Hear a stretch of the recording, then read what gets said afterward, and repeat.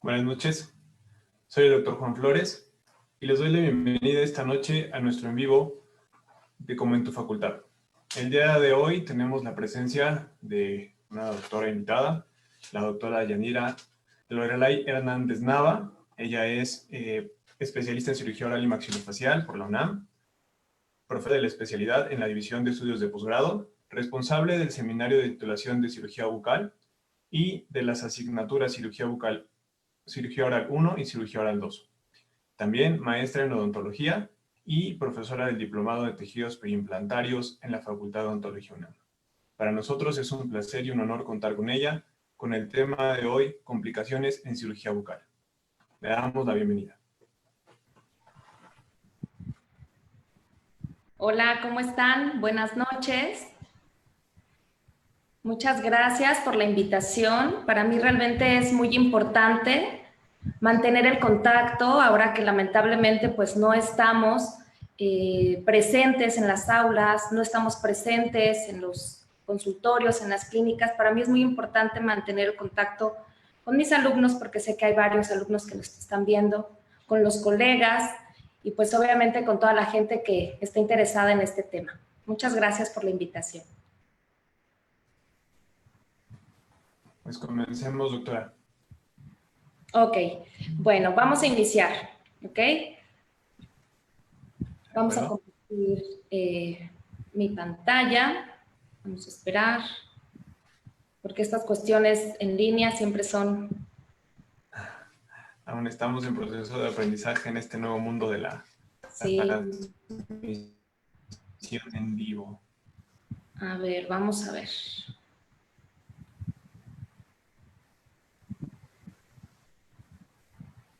Bien. Todavía no se ve, ¿verdad? Ahí vamos a esperar tantito. Déjenme ver en dónde está. Aquí. Ok.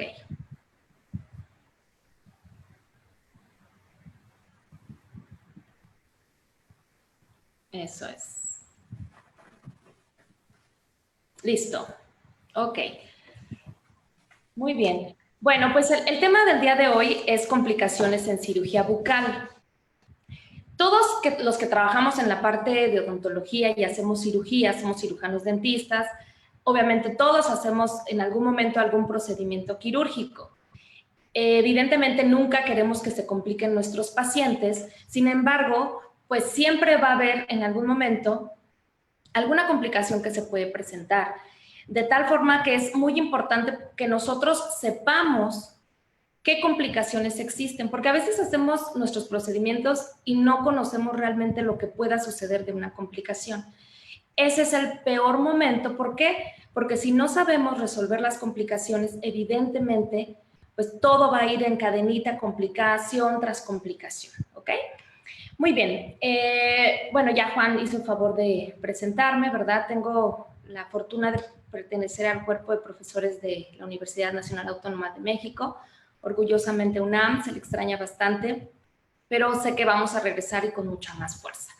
Ahora bien, ¿qué es una complicación? Una complicación va a ser un fenómeno o un suceso que siempre y generalmente va a agravar el proceso que estamos realizando, ¿ok? Esta situación en la que estamos viviendo, generalmente por una complicación, pues obviamente va a generar otras complicaciones tal vez y puede desarrollar incluso alguna otra patología o alguna otra complicación en un individuo sano. ¿Cómo se clasifican las complicaciones? Pues las complicaciones se van a clasificar en transoperatorias y en posoperatorias. Las transoperatorias, como su nombre lo dice, son mientras estamos realizando el procedimiento quirúrgico, inmediatas. Y esto puede relacionarse con los dientes que estamos adyacentes trabajando en el procedimiento quirúrgico, los tejidos blandos y los tejidos duros. Las posoperatorias, bueno, ya son complicaciones que se van a presentar tal vez 72, a partir de las 24 horas, 48 y 72 horas posteriores al procedimiento quirúrgico es cuando se van a presentar estas complicaciones. Y las más comunes son las infecciones, hemorragias posoperatorias que también se han presentado, fístulas orantrales, por mencionar algunas. Ahorita vamos a ir viendo cada una de ellas. Hablando de los tejidos blandos, yo siempre les comento a mis alumnos que es muy importante que cuando nosotros estamos realizando una cirugía, no solamente nos enfoquemos en el diente, en el molar que vamos a extraer, hablando mucho de cirugía de terceros molares, que es lo que hacemos a diario. Nos enfocamos solo en el tercer molar y nos olvidamos que el paciente tiene carrillo, nos olvidamos que el paciente tiene lengua, nos olvidamos incluso que el paciente tiene a veces nariz y ojos y le estamos presionando con las manos, y eso generalmente pues obviamente puede provocar lesiones en los tejidos blandos. De ahí la importancia que cuando nosotros hagamos una cirugía en el preoperatorio siempre revisemos toda la boca, incluyendo por supuesto labios, paladar, mucosa yugal, lengua, piso de boca. ¿Por qué? Porque con esto yo me voy a dar cuenta de, obviamente, la salud oral de mi paciente. Y si también es necesario en algún momento que encuentre yo algún aumento de volumen, cambio de coloración, evidentemente pues pueda referirlo al patólogo, ¿no? Pero ya entrando en el procedimiento quirúrgico, que yo sepa que no tiene lesiones, que no tiene herpes, sabemos que también está contraindicado o tenemos que tener mucho más cuidado cuando tienen alguna otra lesión. Y sobre todo en el momento en que realizamos los colgajos para poder tener, obviamente, una retracción adecuada de mi tejido blando sin generar un desgarro o una laceración en los tejidos, que sería una de las complicaciones que podemos presentar. De acuerdo al tamaño del colgajo que yo realice, pues necesito tener una adecuada visibilidad y accesibilidad a lo que yo quiero hacer. Por ejemplo, nosotros en la UNAM tenemos una escuela de hacer un colgajo muy pequeño sin lastimar los tejidos blandos. Sin embargo, yo he tenido ocasiones que hacer incisiones liberatrices porque no tengo una adecuada accesibilidad al diente que estoy extrayendo. De tal forma es que todo se va a definir en un buen diseño del colgajo que yo realice. ¿Ok? Recuerden que obviamente tenemos que respetar la irrigación de una sola intención y un adecuado manejo de los tejidos blandos. Muchas veces también tenemos algunas heridas penetrantes en los tejidos blandos. ¿Por qué? Porque utilizamos instrumentos que son obviamente utilizados con fuerza. Si no tenemos una fuerza controlada o un punto de apoyo adecuado, que conocemos como fulcrum, podemos llegar a perforar incluso piso de boca, paladar, velo del paladar en el momento en que estamos trabajando, por ejemplo, terceros molares superiores. ¿Ok? ¿Qué es lo que vamos a hacer aquí? Pues principalmente, como ya hemos dicho, muchas de las complicaciones llevan a otra complicación. Doctor, si yo tengo un segundo. Perforación. Nos están diciendo que no corre la presentación. Algunos de la audiencia no pueden verla. Ok. ¿Podríamos checarla? A ver, vamos a ver, tú dime, ¿qué hacemos? Por favor. Sí. A ver, la vuelvo a poner, ¿sale? Por favor. Ok.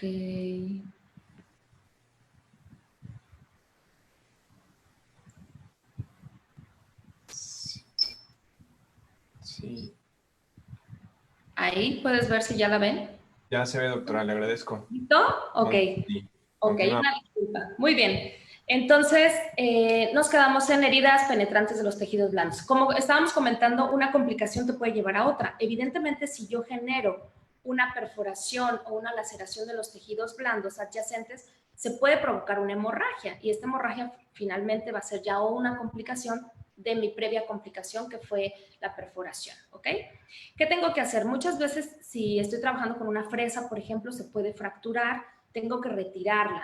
Todos los cuerpos extraños se tienen que retirar si algún instrumental se fracturó o algo que haya quedado ahí como cuerpo extraño, lo tengo que eliminar. Pero para eso primero tengo que controlar la hemorragia para poder ubicar perfectamente en dónde está el cuerpo extraño y en dónde está el sangrado para poder cohibirlo y posteriormente retirar el cuerpo extraño.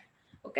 Heridas por abrasión de los tejidos blandos. Nosotros trabajamos con instrumentos rotatorios que generan calor y si el paciente está anestesiado y yo tengo la fresa cerca de la comisura labial o de los labios, sobre todo del labio inferior, puedo provocar una herida sin que se dé cuenta el paciente y sin que yo me dé cuenta. Hasta el final de la cirugía puedo generar esta herida por abrasión y provocar, obviamente, pues más complicación en el posoperatorio a mi paciente.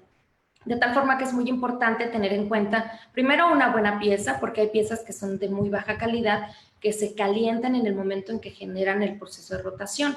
Entonces, es muy importante primero tener una pieza de buena calidad, que no genere tanto calor y una irrigación constante. Eso es muy importante.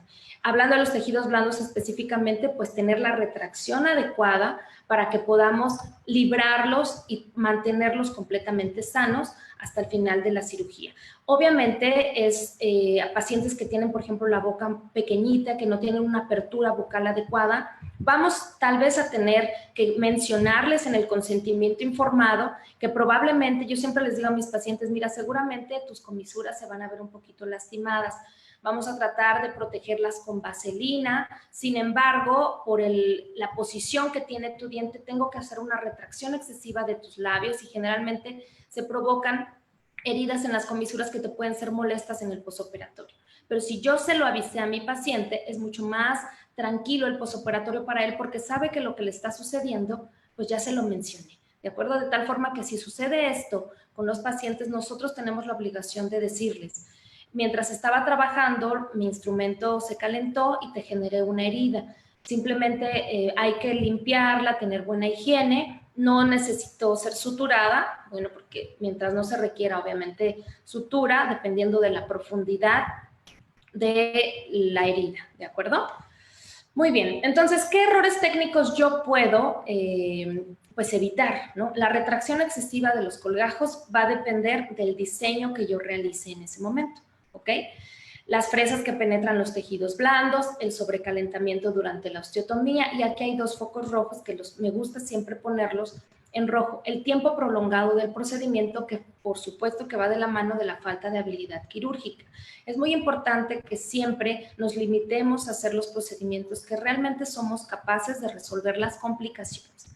Todos podemos operar, pero sí es muy importante hacer hincapié en que lo más importante es saber resolver las complicaciones y con ello, pues obviamente vamos a poder operar y si se presenta una complicación, vamos a poder resolverla. Muy bien. Bueno, ahora bien, hablando de lesiones vasculares, alguna complicación que podamos llegar a tener con las lesiones vasculares, pues es una hemorragia.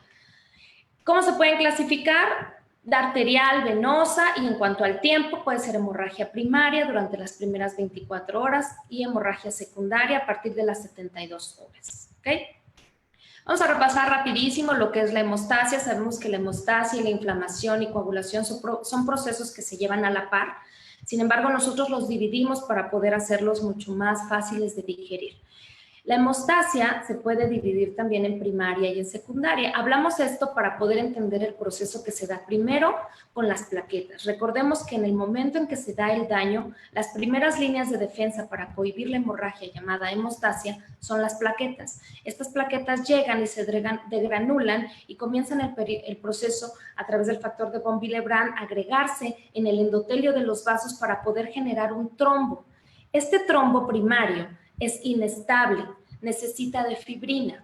¿Cómo es? Obviamente la fibrina la vamos a obtener a partir de las cascadas de coagulación vía extrínseca, vía intrínseca, en la cual convergen en la vía común, factor 10, en presencia de calcio, vamos a tener que el fibrinógeno genera la fibrina.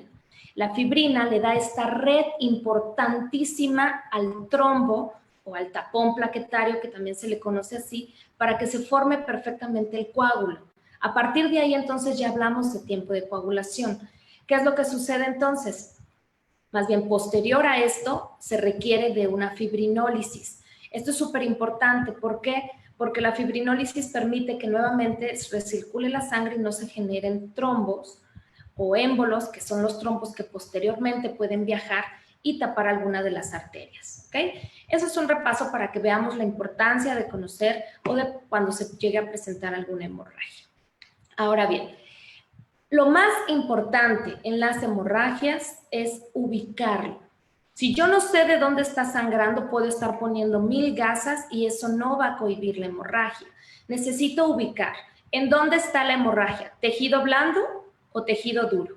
Si es en tejido blando, siempre la compresión mecánica es lo más importante para cohibir una hemorragia. Si está en el tejido blando, lo más cercano que voy a tener en mi charola de trabajo es una sutura. Esta sutura va a generar un punto, que es una compresión. En el momento que yo anudo la sutura, genera una compresión mecánica que hace que obviamente haya esa vasoconstricción y obviamente disminución de la salida de la sangre, ¿ok? ¿Cuánto tiempo voy a dejar?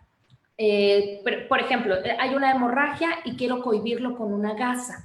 Si yo dejo la gasa haciendo presión, necesito dejarlo así por lo menos de 5 a 10 minutos. Estamos hablando de 5 a 10 minutos porque 5 minutos me da el tiempo de sangrado aproximadamente y 10 minutos me da aproximadamente también el tiempo de coagulación. Entonces, con eso estoy permitiendo que el cuerpo fisiológicamente comience a generar defensas para generar hemostasia.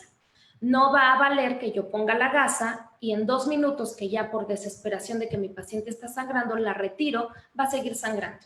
No tiene caso desperdiciar gasas ni gel foam, porque en ese momento, o esponjostán, que son colágeno, que se quedan ahí en ese momento, si hay una hemorragia muy profusa y yo quiero colocar en ese momento colágeno para que se cohíba la hemorragia tan profusa va a provocar que ese gel foam se colapse, porque en presencia de sangre o líquido se genera un colapso de este material y no me sirve de nada. Entonces, ¿qué tengo que hacer? Si ya ubiqué que está en el tejido blando, voy a generar una sutura. Con esa sutura, ese punto de sutura que yo dé, la compresión mecánica se generará y debe de cohibir el sangrado poco a poco. ¿Ok? Si no sucede así y me di cuenta que entonces es en el tejido duro, ¿qué voy a hacer? Voy a generar entonces nuevamente la compresión de 5 a 10 minutos. ¿Qué es lo que tengo en mi charola para poder trabajar lo más pronto posible en un momento de hemorragia? La gasa. Las gasas siempre van a ser nuestras mejores amigas, pero hay que saberlas utilizar. Las vamos a estirar, así sean las pequeñitas que compramos, las vamos a estirar para poder realmente generar un empaquetamiento dentro del alveolo. El alveolo es milimétrico, entonces necesito estirar perfectamente las gasas y colocarlas dentro del alveolo y encima ponerles más gasas a mi paciente y que muerda. Siempre les hago hincapié a mis pacientes que es muy importante que vean que el paciente es dentado en la parte superior. ¿Por qué? Porque si yo le pongo 2 gasas y no tiene dientes arriba, no va a generar la compresión mecánica que yo requiero. Entonces necesito ponerle más gasas para que el paciente muerda con fuerza y se espere ahí de 5 a 10 minutos. ¿Ok? En el momento en el que yo me doy cuenta que ya retiro la gasa y está cohibida la hemorragia, bueno, pues ya todos respiramos y estamos tranquilos. ¿Ok? Si no es así y persiste la hemorragia, entonces en mi charola también tengo a la mano el vasoconstrictor. Recuerden que nuestros cartuchos de anestesia tienen anestésico y vasoconstrictor. El vasoconstrictor, su nombre lo dice, ayuda a disminuir la luz de los vasos y con eso me va a ayudar a mantener un campo un poquito más limpio para poder trabajar. Y en este momento, si hay hemorragia, puedo colocar varios puntos para que disminuya un poquito el sangrado y poder ubicar y por lo menos poder colocar mis agentes hemostáticos. Entonces, tenemos agentes hemostáticos físicos y tenemos agentes hemostáticos químicos. Ya hablamos de uno que sería el vasoconstrictor, ¿ok? Muy bien. Tenemos todas estas presentaciones, puede llamarse esponjostán, gel foam. El esponjostán son los cubitos que vienen de 1 por 1 por 1, son muy pequeños para directamente colocarlos dentro del alveolo. Sin embargo, en una hemorragia profusa no tiene caso que nos gastemos todos los esponjostán porque finalmente se colapsan y la propia sangre, el fluido de la sangre se los va a llevar incluso con el momento en que estemos aspirando. Lo más importante en una hemorragia profusa es determinar la ubicación y la gasa es lo más importante que nos va a ayudar. ¿De acuerdo? Existen otros agentes químicos también que nos ayudan, que sería el Surgicel. Es celulosa oxidada y es increíblemente buenísima para poder cohibir el sangrado. Obviamente existe también el electrocauterio, que si lo tenemos a la mano, pues va a ser también de mucha utilidad. Sin embargo, tampoco va a funcionar en presencia de mucha sangre. Siempre es importante tratar de cohibir lo más que se pueda el mayor flujo de esta hemorragia. Otra alternativa que tenemos es la cera para hueso. La cera para hueso es de uso pues, meramente intrahospitalario, en algunos momentos lo podemos conseguir. Es un poco costosa, pero también una alternativa que siempre hemos utilizado es el supositorio de glicerina o supositorio de paracetamol. Normalmente los metemos al refrigerador porque se usan por vía rectal y deben de estar con una dureza específica. En este caso no hay que meterlos, hay que dejarlos a temperatura ambiente de tal forma que podamos generar una bolita, una bolita que podamos empaquetar dentro del alveolo en el momento en que haya una hemorragia muy profusa. Eso es lo que podemos también utilizar si no tenemos la cera para hueso o no la hemos conseguido. Es mucho más fácil conseguir esos supositorios. Y a manera de broma siempre les digo, por favor, el supositorio de glicerina o paracetamol se coloca en el alveolo del paciente, ¿ok? Muy bien. Bueno, lesiones nerviosas. Esta es una lesión que se puede presentar por la cercanía que tienen las raíces con el nervio dentario inferior. Nosotros vemos en una panorámica una vista bidimensional en la cual no sabemos si realmente las raíces de nuestro diente estén por vestibular, por lingual o realmente estén abrazando a mi nervio. Eso yo no lo puedo saber más que por una tomografía, pero no tiene caso hacer gastar a mi paciente para ver una tomografía en la cual le voy a decir, sí, sabes que sí vas a tener parestesia después de que te haga la cirugía. No tiene caso eso, pero muchos pacientes lo solicitan, yo lo he hecho y también funciona también a manera de diagnóstico y pues obviamente un poquito también en cuestiones de educación, ¿no? Porque nos ayuda a ver la forma anatómica de forma tridimensional. Entonces, las lesiones nerviosas se pueden dar incluso desde la técnica de anestesia. Si estamos muy cerca del nervio, obviamente la acción esclerosante del vasoconstrictor me puede generar un daño a mi nervio y provocar alguna de estas lesiones al nervio sensitivo, que sería la disestesia, la hiperestesia o la parestesia, que son las características clínicas más frecuentes de una lesión nerviosa. ¿Por qué digo esto? Porque las lesiones nerviosas se van a clasificar de acuerdo a la clasificación de Seddon en 3. Neuropraxia, axonotmesis y neurotmesis. Esta clasificación de Seddon, que ya tiene algunos añitos, pero es un clásico de clásicos, esto me va a decir, obviamente, qué grado de lesión nerviosa tiene mi nervio. Y también el tipo de característica clínica o manifestaciones clínicas que puede tener mi paciente. Es decir, si yo tengo neuropraxia o generé neuropraxia en mi paciente, es una compresión nerviosa que seguramente va a tener una recuperación más rápida. Puede sentirse la disminución de la percepción de la sensibilidad desde una anestesia hasta parestesia, pero una recuperación rápida. La axonotmesis, como su nombre lo dice, hay una mayor afección incluso al axón y esto genera que pueda haber incluso ya anestesia, parestesia o disestesia y la recuperación pues ya es un poquito más lenta. La neurotmesis, que es la sección completa del nervio, normalmente pues ya no tiene unas posibilidades de recuperación. Hay otra clasificación que es de Sutherland y Sutherland refiere obviamente específicamente el grado de lesión nerviosa por, digamos, mielina, axón, endoneuro, perineuro y epineuro y las clasifica en 5. Es lo mismo, nada más que es un poquito más detallada la parte en la que dicen dónde se dio la lesión nerviosa. Pero la recuperación, como lo ven en la diapositiva, pues dependerá también del daño nervioso que se haya provocado para ver si mi paciente va a tener una adecuada recuperación. ¿Cómo lo podemos clasificar las manifestaciones clínicas? Pues puede ser una disestesia, en donde hay obviamente una percepción anormal de un estímulo y muchas veces ya se percibe como doloroso. Es decir, el paciente puede, pensemos, lo operamos hoy y a los 8 días te dice que tiene parestesia. Bueno, no te va a decir que tiene parestesia, pero te va a decir, tengo una sensación de hormigueo en el labio. Ok, entonces pasan 8 días más y ahora dice, ¿sabes qué? Tengo esa sensación de hormigueo, pero también como que me duele, algo desagradable. Entonces puede ser disestesia. Si pasan otra semana más y el paciente ahora te dice, ¿sabes qué? Ya siento un poco más e incluso siento como choques eléctricos o como descargas eléctricas, eso es una hiperestesia y habla de que también el nervio ya está en fase de recuperación. De tal forma que cuando nuestro paciente nos comente que ya siente eso, es muy probable que la recuperación del nervio esté casi ya al 100%. ¿Ok? ¿Cuáles son los trayectos nerviosos más afectados? El dentario inferior, el mentoniano, el lingual y el infraorbitario. Son obviamente nervios de mayor calibre que podemos afectar incluso si estamos haciendo accesos por lingual, que es en los terceros molares inferiores. Ya sabemos que no debemos de irnos hacia allá porque más del 45% de los nervios linguales transcurren por la parte crestal del tercer molar. Entonces, si hacemos un colgajo lingual o cortamos en esa zona, podemos dañar el nervio, ¿ok?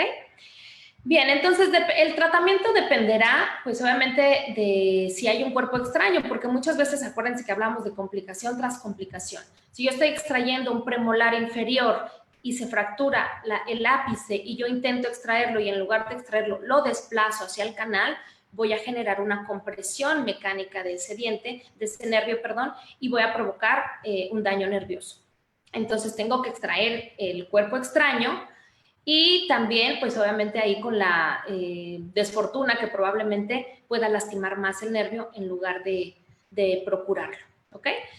Si es un desgarre que haya afectado un poco más el nervio, pues la recuperación puede ser hasta 6 meses. Si es la sección completa, que eso pasa normalmente cuando nosotros hacemos alguna cirugía de avance o retroceso mandibular, en el momento en que cortamos la mandíbula de forma sagital y separamos la porción distal de la medial, pues obviamente esto sí puede generar una sección completa de nervio o un elongamiento tal cual que genere un desgarro, y la recuperación normalmente en estos pacientes de cirugía ortognática es nula. ¿Cuál va a ser el tratamiento? Se habla de corticosteroides, complejo vitamínico y actualmente se está utilizando mucho el núcleo CMP forte. El núcleo CMP forte, que es citidina y uridina, se comenta que es regenerador de la vaina de mielina. Si ustedes leen la ficha técnica del fármaco, se dan cuenta que obviamente tiene muchas ventajas de recuperación, hablando de lesiones nerviosas, incluso de neuralgia. Lo estamos utilizando mucho incluso en el posgrado de la UNAM y realmente ha tenido éxito. Sin embargo, pasa lo mismo también que el complejo B o la vitamina B12. Hay artículos que siempre van a favor de la vitamina B12 y artículos que mencionan que no. ¿Qué es lo que sucede? Si tú generaste una neuropraxia, que es una compresión nerviosa que sabes que se va a recuperar en 1 o 2 semanas, le des lo que le des, va a tener un potencial de recuperación. Sin embargo, también se ha mencionado en otros artículos que el complejo B o la vitamina B12 sirve también de remielinizante, de tal forma que ante este tipo de complicaciones, que sí son muy desagradables para el paciente presentar esa sensación de hormigueo, vale la pena complementar con vitaminas que, digo, a nadie le cae mal. Y finalmente también con el núcleo CMP forte, que tiene mucho más evidencia científica de que funciona para la recuperación de las lesiones nerviosas. Ahora, la carbamazepina la menciono aquí porque muchas lesiones nerviosas, en lugar de disminuir la percepción de los estímulos nerviosos, se genera una exageración en la conductividad del nervio, y esto genera obviamente un dolor agudo paroxístico, lancinante, incapacitante, que sería la neuralgia. Si tu paciente presenta neuralgia, uno de los fármacos que se puede dar es la carbamazepina. Debemos de ver, ahí solamente te pongo Tegretol de 200 miligramos, una caja, pero necesitamos ver sistémicamente tu paciente cómo está, si tiene daño hepático, daño renal, si es hipertenso, si es diabético. Es importante, antes de prescribir algún fármaco, obviamente poder ver siempre sistémicamente cómo se encuentra mi paciente, ¿ok? Así que la carbamazepina es un tema aparte que lo podemos después mencionar, pero sí es importante mencionarlo porque muchas veces los pacientes presentan neuralgia y este es un fármaco que tiene muchísimos años también que se ha utilizado, pero ha funcionado muy bien y con efectos menos adversos que la pregabalina, por ejemplo. ¿Ok?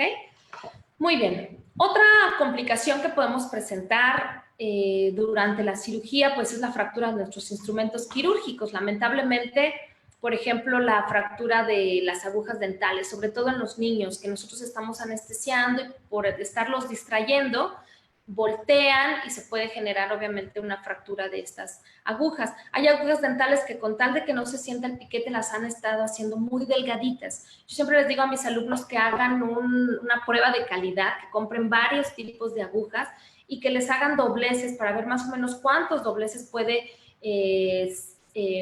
pues ayudarte en el momento en que quieras a lo mejor hacer una técnica a distancia o que se doble la aguja y en ese momento se pueda fracturar. Ustedes pueden comprar varias y hacer varios dobleces para ver cuál es la que te dura más y obviamente que tú sepas que con eso debes de tener mucho más cuidado, ¿ok? Entonces, los instrumentos que se pueden fracturar, obviamente también algunos porque son defectuosos, de mala calidad, ¿ok? ¿Qué vamos a hacer ante la fractura de algún instrumento? Siempre es lo ideal ubicar en dónde se encuentra. Yo, si se fractura una aguja dental, obviamente tengo que sacar una radiografía. No va a estar dentro del hueso, ya sé que la radiografía no es sensible para los tejidos blandos, más bien los tejidos blandos no son radiosensibles, pero puedo ubicar más o menos en dónde se encuentra y con esto pues obviamente tener una cirugía extra con mayor precisión. Porque yo siempre les digo, si se les queda una aguja, no traten de hacer una incisión y extraerla, porque en ese momento que estamos ofuscados por la preocupación de que se nos rompió la aguja, podemos hacer una incisión y lastimar, por ejemplo, el conducto de Stenón, que está muy cerca también en el carrillo, obviamente sabemos que está en el carrillo, a nivel del segundo molar superior, y si yo hago una incisión ahí voy a provocar un daño, obviamente, a este conducto y por ende a la glándula parótida, ¿ok? Entonces, hay que sacar una radiografía. Los instrumentos también, aunque queramos, siempre les digo, aunque queramos este instrumento que me lo heredó mi abuelito porque estudió odontología hace varios años, todos los instrumentos tienen una fatiga y esa fatiga, el metal, puede generar que en el momento en que estoy extrayendo un molar se pueda fracturar. Entonces, complicación tras complicación. Se fracturó el instrumento, tengo que hacer más osteotomía, un colgajo, y a veces con la premura de que estamos preocupados, pues nos bloqueamos y no realizamos bien los procedimientos. Entonces hay que retirar el cuerpo extraño porque obviamente es un cuerpo extraño, pero tal vez no a la inmediatez que yo lo deseo. Se comenta que, por ejemplo, las agujas dentales pues se pueden quedar ahí un tiempo en lo que el cuerpo lo va a reconocer como algo extraño y obviamente va a mandar a su línea de defensa, que son los macrófagos, a tratar de que lo fagociten. Y si no sucede esto porque es un cuerpo extraño que no pueden degradar, pues obviamente se genera ahí un encapsulamiento y puede provocar que sea más fácil la localización de la aguja a lo mejor en una semana. ¿Ok? No tratemos de hacer procedimientos en ese momento si no tenemos las habilidades porque podemos generar complicación tras complicación. ¿Ok? Muy bien. Este es el caso de una paciente que se fracturó una aguja dental. Ahí se ve en la imagen cómo está la aguja.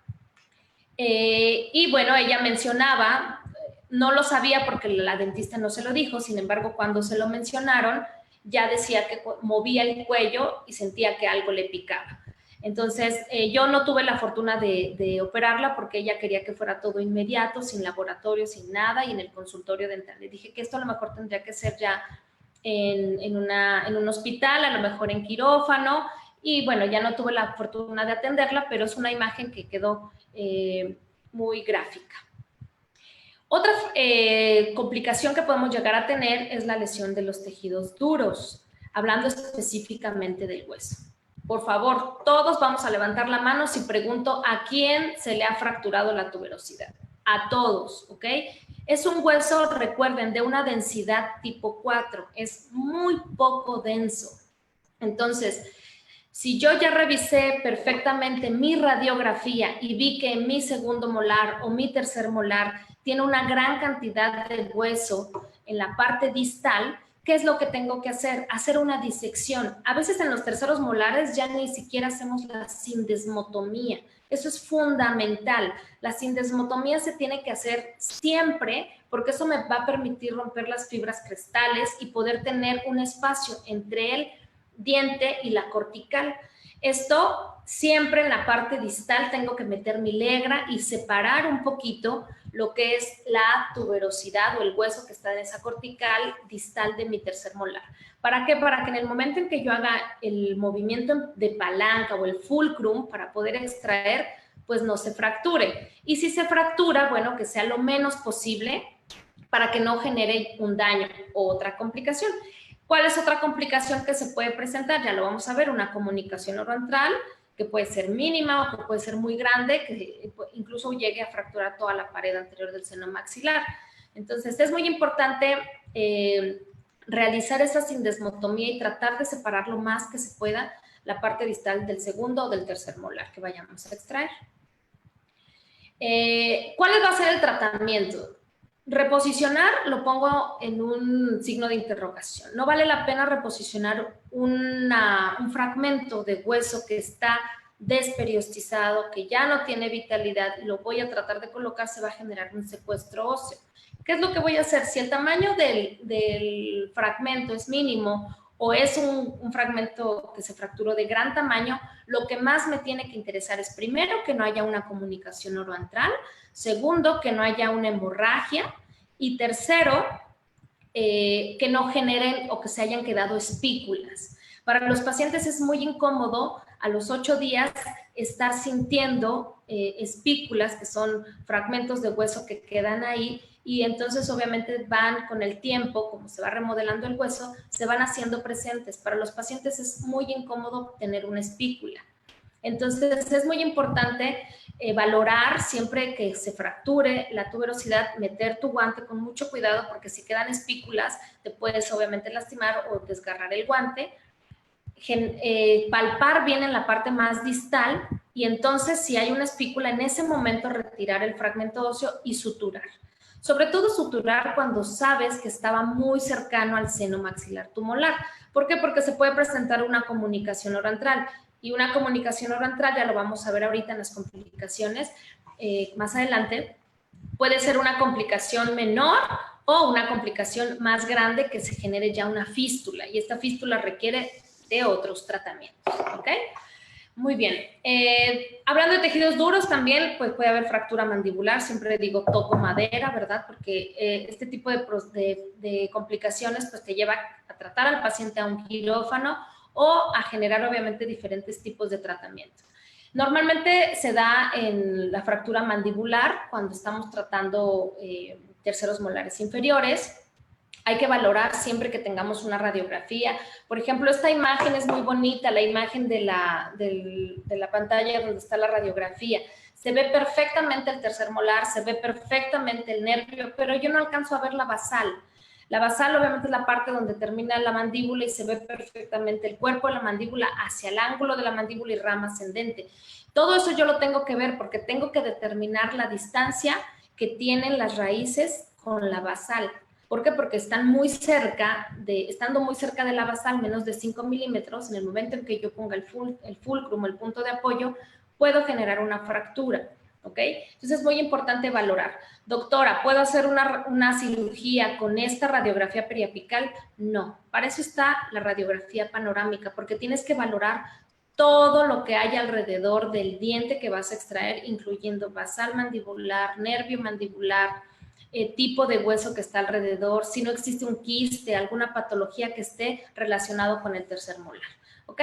De tal forma que, bueno, ya esta radiografía panorámica me da una imagen en la cual yo puedo visualizar que esta posición es complicada. Es un diente que está, aunque está vertical, está distoangular y también está, obviamente, hablando de la clasificación de Peli-Gregory, es clase 2, posición B, pero sí está dentro de la rama ascendente. Entonces, si yo empiezo a hacer una fulcrum, ahí trato de extraerlo, pues obviamente se va a impactar hacia la parte distal y puede generar un tipo de movimiento que genere una fractura mandibular en el ángulo de la mandíbula, ¿ok? Ahora, hay fracturas que son desplazadas o no desplazadas. Si es una fractura desplazada, llamemos desplazada a los fragmentos que se han desplazado por la acción muscular en el momento. Recuerden que los músculos de la masticación, pterigoideo externo, interno, macetero y temporal, estos van a generar los movimientos al hueso mandibular que es impar y que se mueve gracias a ellos y a los ligamentos temporomandibulares y a todos los demás esfenomandibular, etc. Entonces, estos músculos van a generar una tracción en el fragmento fracturado y lo van a desplazar, como se ve en la imagen. Esta fractura desplazada pues requiere de tratamiento quirúrgico, sí o sí. Y hay otras fracturas que no son desplazadas, simples, por llamarlo así, que requieren a lo mejor un tratamiento diferente. ¿Qué tratamiento diferente sería? Si es una fractura desplazada, inminentemente tenemos que hacer una reducción abierta con fijación interna, que es con material de osteosíntesis, que son las placas y tornillos que utilizamos para poder reducir esta fractura. Si es una fractura no complicada o no desplazada, entonces podemos utilizar una fijación intermaxilar. Los más comunes y más utilizados desde hace mucho tiempo son los arcos barra de Erich y estos van obviamente con elásticos o con alambre para mantener una fijación intermaxilar y provocar que obviamente se forme primero el callo blando, el callo duro y posteriormente entrar a un dinamismo nuevamente en la mandíbula, porque recuerden que es la mandíbula no puede quedarse todo el tiempo sin movilidad porque es una articulación y se puede atrofiar. Bien, luxación de la articulación temporomandibular. Esto también es algo muy común que pasa y no solamente en procedimientos quirúrgicos. Yo he ido a resolver varios casos donde tengo que hacer la maniobra porque se presentan pacientes que le tomaron una impresión al paciente y en el momento en que le dijeron abra la boca para retirar la cucharilla o el portaimpresiones, ahí se quedó con la luxación mandibular. ¿Qué es la luxación de la articulación temporomandibular? Es el desalojo del cóndilo de la cavidad glenoidea o de la cavidad articular. Recuerden que tenemos el cóndilo que va alojado dentro de esta cavidad y en el momento en que abre y cierra hay un desplazamiento, pero en el momento en que cerramos tiene que regresar el cóndilo a su posición original. Si esto no sucede y pasa a la eminencia articular y ahí se queda, entonces va a provocar que el paciente tenga una apertura y que no sea capaz de cerrar. Se habla de que existe una luxación con reducción. ¿Cuándo es esta luxación con reducción? Cuando el paciente abre la boca, sabe que ya se quedó luxado o ellos dicen, me quedé trabado, pero espérenme tantito, doctora. Y ellos hacen un movimiento y generan el cierre nuevamente. Luxación con reducción porque el paciente lo logra.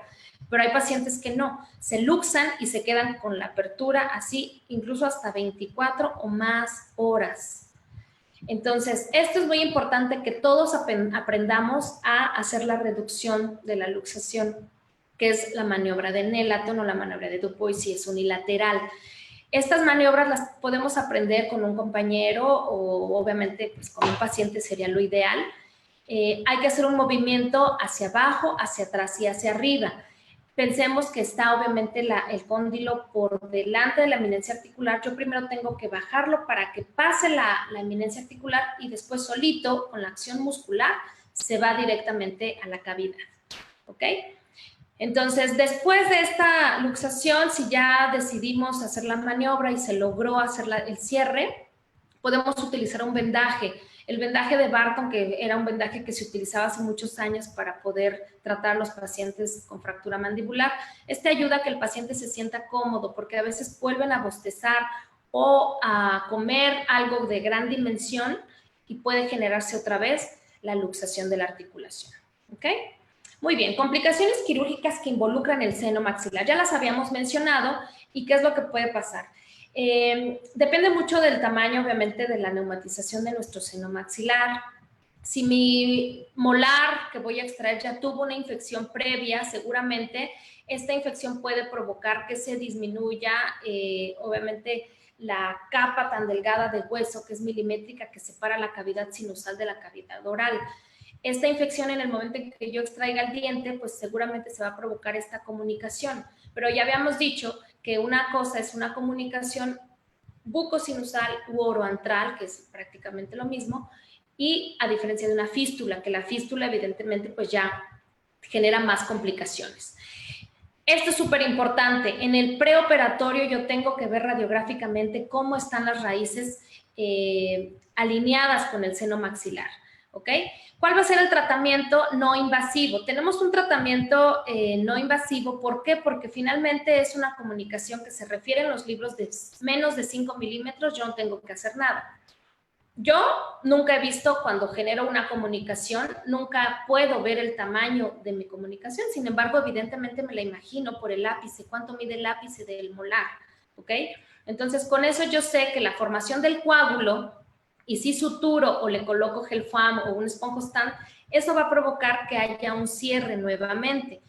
Evidentemente tengo que dar antibiótico-terapia porque ya hubo una comunicación entre los microorganismos y este seno maxilar es estéril. Recuerden que en el momento en que entra esta comunicación, los microorganismos van a contaminarlo y tengo que dar un antibiótico específico. El antibiótico específico para seno maxilar es amoxicilina con ácido clavulánico o alguna quinolona, o si mi paciente es alérgico, dar clindamicina también, ¿ok? Se prescriben también antihistamínicos porque eso disminuye la secreción de moco, las ganas también de estornudar de mi paciente. Tengo que darle indicaciones específicas de que no puede estornudar con la boca cerrada, tiene que estornudar con la boca abierta y siempre dar indicaciones de que no puede volar, por obviamente en el avión hay un aumento de la presión que puede provocar también, obviamente, que se abra más la comunicación. Siempre es bueno decir que no buceen, que no se metan a nadar, que no inflen globos, dar como las indicaciones más específicas para que esta comunicación se cierre y no se genere posteriormente una fístula, ¿ok? El tratamiento de la comunicación dependerá del tamaño. Si es pequeña, ya vimos un tratamiento no invasivo, ¿ok? Pero si ya es una fístula o una comunicación bucosinusal mayor, vamos a tener que utilizar otros procedimientos quirúrgicos un poco más invasivos porque requieren de realizar colgajos de rotación o avance o colgajos desplazados vestibulares que me permitan cerrar esa fístula. Este es el caso que tuvimos en una paciente de la UNAM, la cual llegó así con nosotros, llevaba un mes de que hacía enjuagues y se le iba el agua, se le pasaba y se le salía a través de la nariz. Igual, ¿no? Todo lo de la nariz se le pasaba a través de la boca. Entonces llegó así con nosotros, vimos la radiografía, nos dimos cuenta ahí que tenía un cuerpo extraño, que era una fresa de bola para pieza de alta, y ella comenta que sí habían intentado seccionarle el diente, bueno, que le estuvieron ahí fresando, ¿no? Retiramos obviamente el cuerpo extraño. Previamente a esto dimos antibiótico por lo menos 7 días antes para que esté perfectamente bien el seno maxilar limpio, y este tratamiento se va a extender incluso 7 días más. Estamos trabajando en un seno que estuvo contaminado durante mucho tiempo. Entonces retiramos el el cuerpo extraño, y decidimos realizar un colgajo desplazado vestibular con rotación de la bolsa adiposa de Bichat para poder generar los dos planos, porque recuerden que necesitamos el piso del seno maxilar y el piso de la cavidad oral, ¿ok? Entonces ahí está el diseño, rotamos la bolsa adiposa de Bichat y la cubrimos perfectamente con el colgajo desplazado vestibular, la sutura a los 8 días y a los 15 días, afortunadamente este caso tuvo mucho éxito. Sin embargo, a los pacientes, incluso a esta paciente le dijimos que tal vez no sería el único procedimiento que deberíamos de hacer. ¿Por qué? Porque si se infecta, la infección, el material purulento es tan ácido que puede abrir nuevamente los tejidos y provocar que haya una comunicación. A lo mejor ya no una comunicación tan grande como la tenía, pero puede persistir y entonces requerir de otro procedimiento quirúrgico, ¿ok? Muy bien. El desplazamiento dental también es otra de las complicaciones que se puede presentar. Esta igual es una imagen de una paciente que vi que el doctor de repente me habló y me dijo: doctora, tenía mi tercer molar y desapareció. Y dije: ¿cómo que desapareció? Dice: no, ya no lo vi. El desplazamiento de los dientes se puede presentar normalmente en los terceros molares, obviamente que están incluidos, inferiores, pero también los terceros molares superiores, que a veces tratamos de tomarlos con una pinza mosco y en lugar de tomarlos, lo desplazamos y lo podemos desplazar al tejido blando o bien a la fosa temporal, que eso sería obviamente muchísimo más complicado, ¿ok? El tratamiento siempre va a ser ubicar, obviamente, el diente o los fragmentos radiculares que se me desplazaron. Si es en el seno maxilar, pues ya tengo ahí dos complicaciones, porque voy a provocar una comunicación y el desplazamiento de los dientes hacia esa zona. Entonces, tengo que ubicarlo y, bueno, primero puedo tener una radiografía para poder ubicarlo mejor. Y si es en seno maxilar, entonces puedo hacer una antrostomía, un Cadwell look, que es una cirugía que hago una ventana para poder entrar y retirar el fragmento, ¿ok? ¿Cuáles son los espacios a donde se puede desplazar, por ejemplo, mi diente? Recuerden que tenemos ahí, bueno, la imagen tiene una línea que es la línea miloioidea, donde se inserta el músculo miloioideo que divide el espacio sublingual del espacio submandibular. La mayoría de los dientes terceros molares tienden a desplazarse hacia el espacio submandibular. A veces no, y se quedan en el espacio sublingual, y es lo mejor que te puede pasar porque puedes extraerlo de forma intraoral. Si se desplazó hacia el espacio submandibular, seguramente vamos a tener que hacer un abordaje extraoral, ¿ok? Entonces, en el caso que tuvimos, se desplazó hacia el espacio sublingual, no se desplazó completamente. Incluso en el momento que yo llegué a revisar a la paciente, hice mi colgajo lingual y pude observar de inmediato ahí el tercer molar, ¿ok? Y lo pudimos extraer sin ninguna complicación, afortunadamente. Otro tipo de desplazamiento se puede ir, como dijimos, al tejido blando. Hacemos un colgajo y en el momento en que estamos extrayendo sobre todo el tercer molar superior, se puede desplazar hacia esa zona, ¿ok? Lamentablemente también hay casos en donde el paciente puede broncoaspirar y generarse obviamente una complicación mayor, porque pues el tercer molar, en el momento en que lo estamos extrayendo, si el paciente en ese momento tiene el reflejo de náusea o quiere toser o algo y se va, si se lo traga, no hay problema, ¿no? Sabemos que en 2 o 3 días ese diente puede ser expulsado, pero si es en las vías aéreas, pues evidentemente podemos tener más complicaciones porque el paciente se puede broncoaspirar, ¿ok? Bien, ya vamos a terminar, vamos por las complicaciones posoperatorias para que ya nos vayamos a descansar después de este gran conocimiento que vamos adquiriendo día a día. Las complicaciones posoperatorias que se pueden presentar, pues sabemos que el dolor y la inflamación no son, complicaciones al 100%, porque son parte de la respuesta fisiológica de nuestro cuerpo para reparar el daño que se hizo, de tal forma que pues nosotros sabemos que no es una complicación realmente muy importante, pero para los pacientes sí, tener dolor y tener inflamación o edema varios días sí les genera un poquito de conflicto. Entonces, esto finalmente se controla con analgésicos, antiinflamatorios y, por supuesto, lo paliativo, que es la famosísima nieve de limón o compresas heladas, ¿no? Que van a ir por fuera de la cara el mayor tiempo posible para generar, obviamente, también una vasoconstricción que disminuye el sangrado, que les cambie el sabor de la saliva a la sangre, y todo esto les va a ayudar a sentirse mucho mejor en el posoperatorio. Hemorragia secundaria. Esta hemorragia secundaria, cuando el paciente te habla y te dice que está sangrando, pero es el paciente, sí le vamos a creer, pero no que a lo mejor es una hemorragia tan profusa. Si te habla la mamá y te dice, ¿sabes qué? Mi hija tiene una hemorragia que no puede ni hablar y está realmente saliendo mucha sangre de su boca, entonces sí, vamos a hacer. Uno es, tranquilizarse, por favor, que se enjuague la boca y que se ponga una gasa en el sitio donde la operé y que la mantenga ahí media hora, que coma mucha nieve de limón para generar vasoconstricción. Si a partir de esa media hora dice la mamá, perfecto, ya se controló la hemorragia, solucionado. Pero lo ideal es que tú veas al paciente, sobre todo si hubo un antecedente de hemorragia durante el procedimiento quirúrgico, porque seguramente eso es a lo mejor algo que no se cohibió adecuadamente la hemorragia y tenemos que nuevamente buscar ahí donde está el foco sangrante para poder suturar y generar la hemostasia, ¿ok? Muchas veces, y lamentablemente algunos, no tenemos los laboratorios preoperatorios de los pacientes. Eso evidentemente es muy importante que a todos los pacientes por lo menos tengamos tiempo de sangrado, coagulación, TP y TTP, para poder saber cómo está la cascada de coagulación. Pero yo siempre les digo a mis pacientes, si ya te vas a hacer pues un piquetito para obtener eso, sácate de una vez BH y química sanguínea, que normalmente los pacientes no tienen un control de esos laboratorios preoperatorios. Entonces, si lo podemos tener, con eso nos vamos realmente a quitar de muchos conflictos, porque si yo sé que mi paciente está bien en cuestiones hematológicas, pues tengo que estar tranquila porque no es una complicación que a lo mejor tenga que irse al hospital o al centro de salud más cercano, ¿no? Que finalmente si después de esa media hora que yo indiqué no se cohibió la hemorragia, el paciente tiene que ir a un centro de salud o a la clínica donde tú lo atendiste para poder resolver la complicación, ¿de acuerdo? Muy bien. Hay alveolitis, osteitis alveolar, alveolo seco, húmedo, fibrinolítica, como se conoce, ocurre dentro de las primeras 72 a 120 horas después de la cirugía. Esta complicación es la causa más frecuente de asistencia porque genera un dolor insoportable.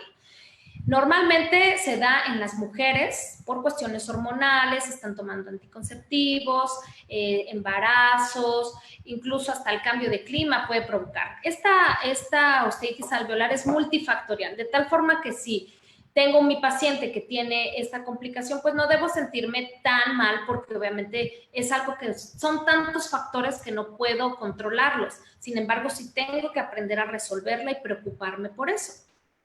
Algunos de los factores que están asociados a una osteitis alveolar es el traumatismo quirúrgico excesivo y el tiempo prolongado, que ya lo habíamos comentado en las lesiones de los tejidos blandos. La higiene oral deficiente. Los pacientes a veces después de la cirugía les da tanto miedo cepillarse que dejan que se acumule la comida y eso no puede favorecer a la formación de un adecuado coágulo. Si estuve anestesiando puntos locales porque no generé una anestesia adecuada con el nervio dentario inferior y le estaba molestando al paciente y le puse mucho vasoconstrictor, eso pues obviamente disminuye la irrigación de mi alveolo. Si dejé por ahí un cuerpo extraño, si mi paciente fuma, si toma alcohol, si usó excesivamente los colutorios en el posoperatorio, por eso se indica que no vamos a hacer enjuagues en el posoperatorio, por lo menos los 3 primeros días no hacer enjuagues profusos, ¿ok? También se ha asociado la treponema dentícula como una relación por una actividad fibrinolítica y muchas veces se genera esto ruido y dan antibiótico cuando la osteitis alveolar no se trata con antibiótico a menos que esté sobreagregada una infección. Si no, lo que hay que hacer es lavar, limpiar perfectamente y dejar cicatrizar otra vez, no curetear, por favor, aunque en esa imagen parezca que estoy irrigando profusamente, hay que hacerlo con mucha suavidad, a veces incluso hasta con agua tibia, porque el agua fría o incluso el hacerle así a los pacientes les genera muchísimo dolor. Entonces hay que lavar el alveolo, hay que secarlo con gasa, jamás curetear y permitir que todo ese alimento que se quedó ahí lo podamos retirar para que se pueda formar nuevamente el coágulo. Hay quien está a favor de utilizar apósitos quirúrgicos. A mí me funciona muy bien. Hay quien ya no está a favor de utilizar apósitos quirúrgicos porque también pues tienen muchos químicos, aunque algunos son muy naturales, pero sí generan un poquito de pues, molestia en el paciente, primero por el sabor que es muy desagradable y después que se han reportado también algunos artículos que es más perjudicial porque también algunos pacientes son alérgicos al yodo y estos tienen yodopovidona, entonces también hay que tener mucho cuidado a quién se lo vamos a colocar. Siempre decirle al paciente que estamos colocando unas fibritas que son de color café, porque a mí me pasó con un paciente que le coloqué este apósito y en el momento me habla y me dice, doctor, es que ya se me está pudriendo porque ya tengo algo negro ahí dentro del alveolo. Bueno, no hay que enseñárselas al paciente y decirle, mire, esto es lo que le voy a colocar y va a permanecer ahí un buen rato. Si se desaloja, me habla y si persiste el dolor, hay que volverlo a cambiar. Normalmente con 1 o 2 cambios del apósito, el paciente genera cambios nuevamente en la sintomatología. ¿Ok? En el posoperatorio también podemos tener pacientes, sobre todo los pacientes que son de tez muy blanca, yo siempre les digo, se te va a formar un moretón, por eso un hematoma, porque es obviamente sangre extravasada por la fragilidad capilar y por el color de la piel, que es más fácil que se pueda ver un hematoma en el posoperatorio. Compresas heladas, los primeros días y posteriormente ya para poder generar una mejor irrigación en la zona, que se vaya disolviendo toda esa sangre que está ahí extravasada, podemos utilizar compresas húmedo-calientes para generar una mayor circulación, ¿de acuerdo? Muy bien, entonces el edema o la inflamación, pues con la aplicación del frío, compresas heladas 10 minutos de cada hora o el mayor tiempo posible del día de hoy y de mañana, siempre les digo así a mis pacientes cuando lo superé, para generar obviamente una menor edema. Sin embargo, yo siempre les comento que se van a inflamar. Después de un procedimiento quirúrgico es inminente que se van a inflamar y es una respuesta normal del paciente. Jamás les digan, por favor, que no se van a inflamar porque pues los pacientes pierden confianza. Absceso subperióstico. Es súper importante que el absceso subperióstico se evite lavando el periósteo. ¿Qué pasa cuando yo retraigo mi colgajo y veo perfectamente el hueso? En la parte más interna, que es el periósteo, ahí en el momento en que yo estoy haciendo la osteotomía, estos detritus del hueso, del diente, se pueden alojar dentro de este periósteo y esto va a provocar que a la larga obviamente se genere un absceso subperióstico que se pueda complicar con una infección posoperatoria que incluso pueda poner en riesgo la vida del paciente, de tal forma que la indicación importante aquí es lavar después de que ya se extrajo el diente y reviso mi lecho quirúrgico, que no haya cuerpos extraños, que no haya hemorragia, también lavo perfectamente el colgajo para que esos detritus se desalojen, ¿ok? Para evitar esto, no hay que tener pacientes con anginas de Ludwig o alguna infección diseminada o otros espacios aponeuróticos. Otra complicación que se puede presentar son el trismus. El trismus es por el daño, obviamente, que se genera en el momento de la cirugía, la apertura oral máxima. Si el paciente tiene un trastorno de la articulación temporomandibular antes, también se puede presentar dolor y limitación de la apertura oral. Esto pues hay que generar en el paciente movimientos de apertura y cierre porque hay pacientes que los operas y realmente no abren ni la boca todos los días, están así y cuando van a la revisión abren un dedo. Entonces ahí hay que romper el espasmo muscular tratando de hacer ejercicios de apertura y cierre. Si vemos que el paciente no ha tenido muy buena higiene y hay colección de tejido y obviamente material purulento a lo mejor localizado, ya incluso hay que dar un antibiótico, relajantes musculares y analgésicos para evitar el dolor. Bien, enfisema subcutáneo, eso es por el uso de la pieza de alta. Yo he visto muy pocos casos, pero sí se da.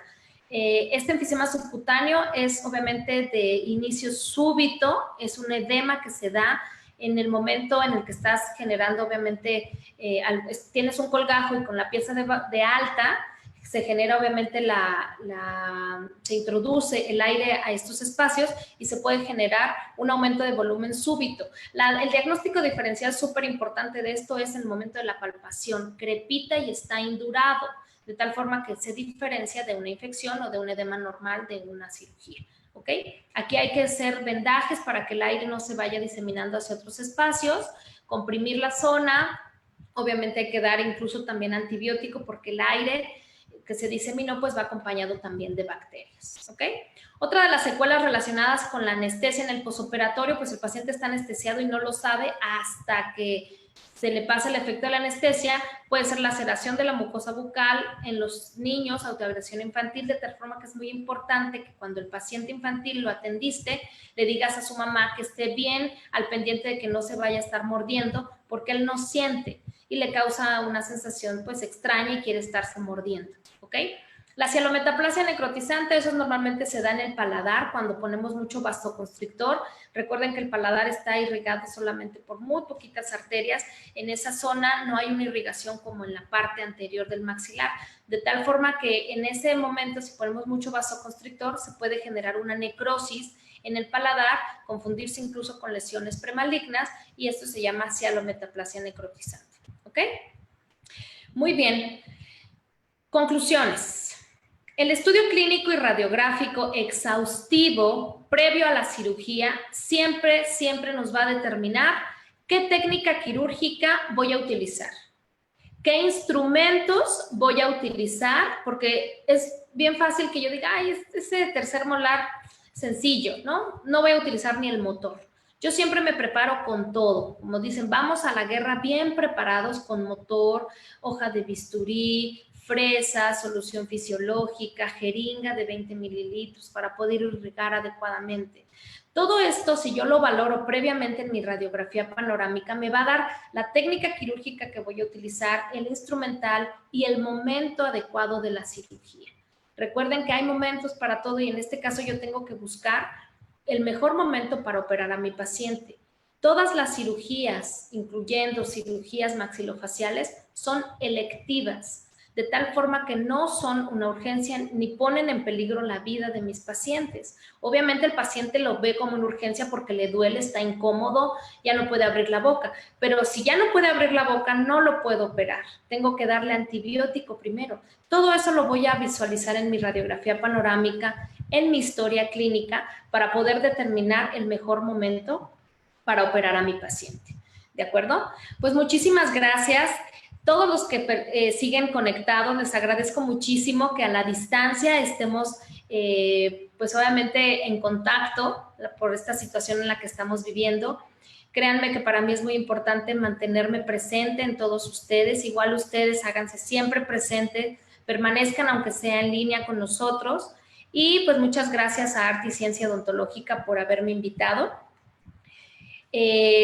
Finalmente también quiero pues concluir con esto, ¿no? Si nosotros hacemos un diagnóstico adecuado, pues el tratamiento va a ser lo más cercano al éxito, lo más adecuado. Y el posoperatorio de mi paciente, pues obviamente con complicaciones menores. ¿Ok? Muchísimas gracias. Siempre hablo también al final de la prevención, que es muy importante que la percepción del odontólogo en nuestro país y en todo el mundo cambie, porque la odontología es fundamental para el bienestar y la salud general de todos los pacientes. Entonces, es muy importante que cambiemos la percepción que se tiene de los odontólogos a nivel mundial, porque la odontología y la medicina eran campos que estaban completamente separados. Pero actualmente con lo que estamos viviendo y siempre se ha mencionado que la salud oral repercute en la salud de todo mi cuerpo. Entonces es muy importante que nos pongamos la camiseta y defendamos la odontología porque realmente no solamente atendemos dientes, atendemos a individuos que también están enfermos y debemos ser capaces de atenderlos con la mejor calidad posible. Siempre concluyo con que la lectura es para la mente, lo que el ejercicio es para el cuerpo. La educación es continua, tenemos que seguir preparándonos siempre, leer, releer, escribir y reescribir para poder aprender y tener un aprendizaje significativo en todo lo que hagamos. Muchas gracias. Esta es mi hermosa familia y mucho éxito. Cuídense mucho, por favor. Quédense en casa. Listo. Ok, doctora, pues muchas gracias por tan nutrida plática. Siempre es agradable mantenerlos al día.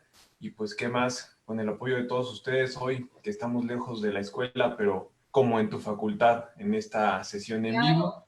Y pues tenemos algunas preguntitas. Muchos saludos para ustedes de parte de la audiencia. Gracias. Y dentro de las preguntas, Luis Alexander pregunta si aplicamos cloro de aluminio o sulfato férrico como hemostático. Sí, se han utilizado también en el ácido tranexámico también. Eso es lo que más se utiliza. Son gotitas que se ponen en la gasa y directamente van en el alveolo. Hay quien, por ejemplo, dice que la vitamina K, inyectar en ese momento la vitamina K, pero no es, eso sí no es de utilidad porque la vitamina K actúa en varios días, ¿ok? Se tiene que hacer obviamente un protocolo para poder inyectar la vitamina K. Entonces, realmente los hemostáticos físicos y químicos que tenemos en nuestra charola, que es la gasa, el vasoconstrictor, siempre nos ayudan a tener una mejor resolución de las hemorragias que se presentan. Ok, otra de las preguntas interesante también es ¿cuánto tiempo debe pasar para saber si una parestesia evolucionará de manera pues favorable? ¿Cuánto tiempo tiene que pasar? Pues depende del daño nervioso. Recuerden que si es una neuropraxia, la manifestación clínica convencional o bueno, más frecuente es la parestesia. Entonces, normalmente la parestesia, si vemos que en 2 semanas el paciente ya ha recuperado y ahora tiene hiperestesia porque ya hay estímulos, obviamente desorganizados, pero ya presenta estímulos nerviosos, se está manifestando ya la conducción nerviosa, normalmente en 2 semanas ya podemos ver que se está resolviendo la parestesia. Ok. Otra más, si la maniobra de Newman está indicada para la luxación. La de Dupuy, que es para la luxación unilateral, y la maniobra de Nelaton. Esas son las dos. Ok, y bueno, en otro tema, nos preguntan qué relajantes musculares recomienda Julio González y si considera adecuado el uso de capsaicina en lesiones nerviosas. No, la capsaicina en lesiones nerviosas, no. O sea, se ha utilizado como para generar otros estímulos, pero más como de salivación. Pero para lesiones nerviosas específicas por un daño quirúrgico, no. Y la otra pregunta que era de los relajantes musculares, ¿Cuáles son los? normalmente, ajá, Ajá. normalmente se utiliza, bueno, el que yo utilizo mucho es el Dolocan Plus, que es metocarbamol, con meloxicam. Este se va a utilizar, si es de 7.5 miligramos, lo puedo utilizar cada 12 horas, pero si es de 15 miligramos, se utiliza cada 24 horas. Se puede dar incluso desde el diclofenaco, pero ojo, si los pacientes tienen o tuvieron úlcera gástrica o tienen trastornos gastrointestinales, el diclofenaco de preferencia no prescribirlo. Pero si el paciente no tuvo ningún problema gástrico, se puede dar 100 miligramos de grajeas de liberación prolongada de diclofenaco cada 12 horas. Ojo, cada 12 horas, no cada 8 horas, porque si el paciente no tenía úlcera péptida y tú le das cada 8 horas, puedes provocar una lesión gástrica. Ok, muy claro. Últimas dos preguntitas, hay muchas. ¿Recomienda usted o es favorable el uso de láser para las parestesias? Sí, por supuesto que sí. El láser ha tenido también un auge muy grande en el posoperatorio para, obviamente, pues imagínate, si hay una compresión nerviosa y tú generas una disminución de ese edema en todo el trayecto nervioso o a través del láser que tiene esa capacidad de penetrar hasta los nervios, pues obviamente se va a generar esa liberación de la presión nerviosa y vamos a tener una mejor recuperación, aunque se ha comprobado que hasta 6 meses es cuando podemos decir que ya no se recuperó la percepción de la sensibilidad adecuadamente. Ok. Y bueno, a Monini Flores la felicita por la conferencia y Gracias. pregunta, ¿cuál es el tratamiento para una cialometaplasia necrotizante? Nada, hay que dejar cicatrizar, solamente obviamente que no se sobreinfecte, es decir, que tenga buena higiene el paciente, pero para eso hay que dejar epitelizar obviamente la fibromucosa del paladar. Muchas veces se confunde con una lesión premaligna y sí se tiene que hacer, bueno, o se han hecho biopsias para determinar por qué no cicatriza o no epiteliza adecuadamente esa cialometaplasia, porque sí se manifiesta como una úlcera. Entonces se ha llegado a confundir con lesiones premalignas, pero el tratamiento finalmente es dejarlo cicatrizar. Ok. No sé si tengamos tiempo para una última pregunta. Es, bueno, están llegando muchas preguntas. Algo con referente a los apósitos quirúrgicos. Nos están llegando preguntas de qué otras opciones tenemos y si recomienda la sutura por debajo del apósito o se deja el apósito libre o cómo sugiere el uso de apósitos quirúrgicos. Ah, ok. Si es el apósito quirúrgico hablando de Gel Foam y Esponjostan, o que es colágeno, ese sí se puede dejar, obviamente, ya que se cohibió la hemorragia, puedes tú con eso tener mayor seguridad. Le pones 2 cubitos o los que te quepan en el alveolo y suturas, que sea un punto de sutura en cruz o 2 puntos para que quede bien suturado y no se desaloje el Gel Foam o el Esponjostan o el colágeno que llegues a poner. Lo que no, a mí no me gusta es colocar, por ejemplo, los apósitos como el albogil o el pospenga, porque esos finalmente se tienen que desalojar, ¿no? Mucha gente los utiliza también como hemostáticos, pero no son hemostáticos, son apósitos ya para el posoperatorio en el momento que se presenta una alveolitis. Tampoco a mí me gusta utilizar el CUEPAC o el cemento quirúrgico porque eso endurece y genera obviamente que se forme como algo ahí duro en la parte del alveolo y que no permita nuevamente la cicatrización. Entonces, lo que sí se puede colocar es el gel foam y suturar. De hecho, la cera para hueso y todo se tiene que retirar en lo mayor posible porque no permiten la generación de hueso. ¿Ok? De acuerdo. Y creo que ya es de las más interesantes. Hay muchas preguntas. Creo que es un tema bastante amplio y con muchas dudas. Creo que es de lo que más hacemos en nuestra práctica diaria y por eso es que hay tanta duda. Dice, para la reducción de la luxación, ¿se recomienda algo más aparte del vendaje? ¿Frío, calor, algún fármaco? ¿Y cuánto tiempo de recuperación aproximado es? Aquí depende mucho de cuánto tiempo estuvo la paciente con la luxación. Por ejemplo, una de las pacientes que yo fui a ver llevaba más de 24 horas luxada.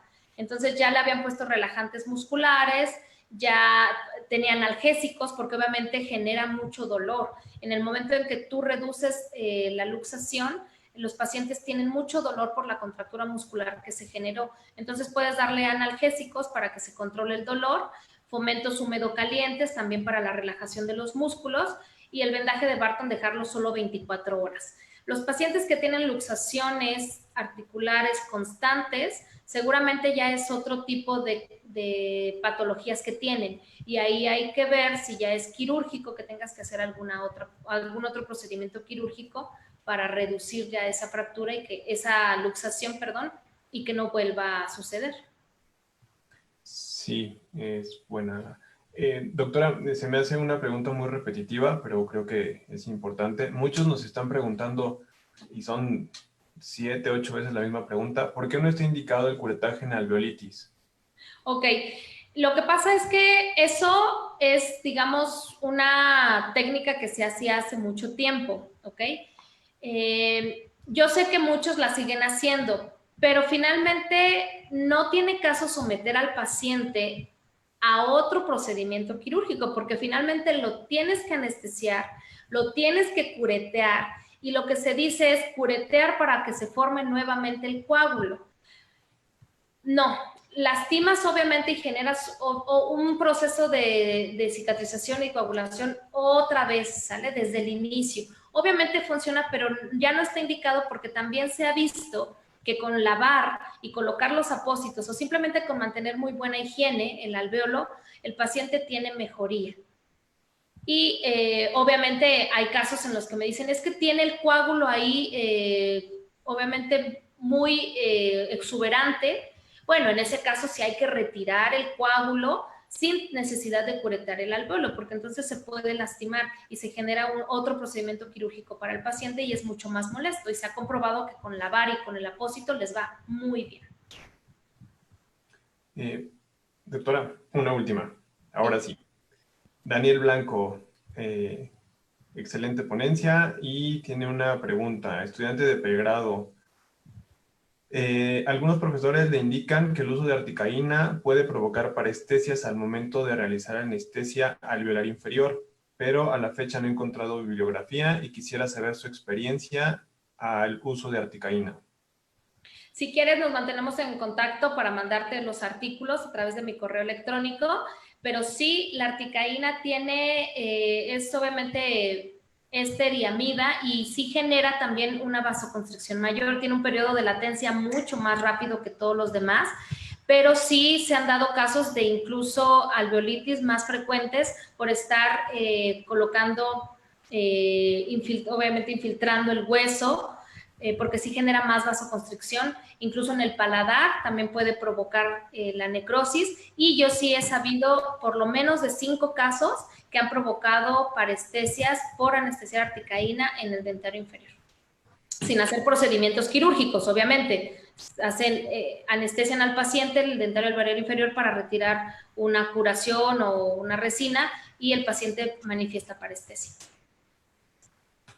Pues doctora, nuevamente agradecerle su participación. Siempre es un placer y un honor escucharla. He tenido la fortuna de tomar algunas clases, hemos estado con usted en algunos lugares, y siempre reconocer la calidad y el conocimiento que usted tiene por la parte de Dental Diagnosis, Arte y Ciencia de Odontología, y todos los que conforman este nuevo proyecto de mantenernos como en nuestra facultad. Le agradecemos su participación y los invitamos para continuar el día de mañana en una plática a las 8 de la noche, otro en vivo con el doctor Jesús Dolores Flores, tips en aislamiento dental. Muchas gracias y buena noche. Buenas noches.